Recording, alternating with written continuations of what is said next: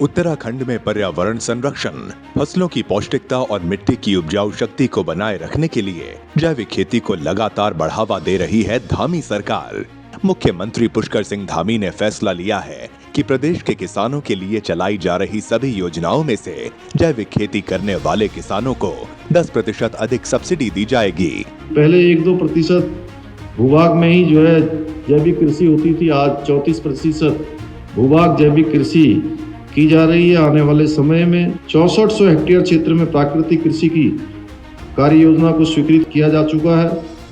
हमारी सरकार कृषि के क्षेत्र में कार्य करने वाले राज्य के युवाओं को अनेक योजनाओं के माध्यम से उनके प्रोत्साहन के लिए, उनके सहयोग के लिए जुड़ी हुई है।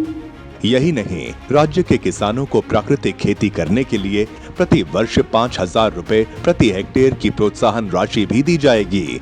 इसके अलावा किसानों को जैविक खेती और जैविक खाद बनाने के तरीकों की ट्रेनिंग भी दी जा रही है। राज्य में प्राकृतिक खेती को बढ़ावा देने के लिए उत्तराखंड सरकार ने मुख्यमंत्री प्राकृतिक कृषि योजना चलाई है, जिसके तहत किसानों को प्रोत्साहित करने के साथ साथ गैप फंडिंग भी की जा रही है। इसी के साथ प्रदेश की 6400 हेक्टेयर भूमि को प्राकृतिक खेती से दोबारा जीवित किया जाएगा, जिसमें 50 हेक्टेयर का एक क्लस्टर बनाया गया है। प्रदेश की कुल कृषि योग्य भूमि में से 2.17 लाख हेक्टेयर भूमि को जैविक कृषि के लिए उपयोग में लाया गया है।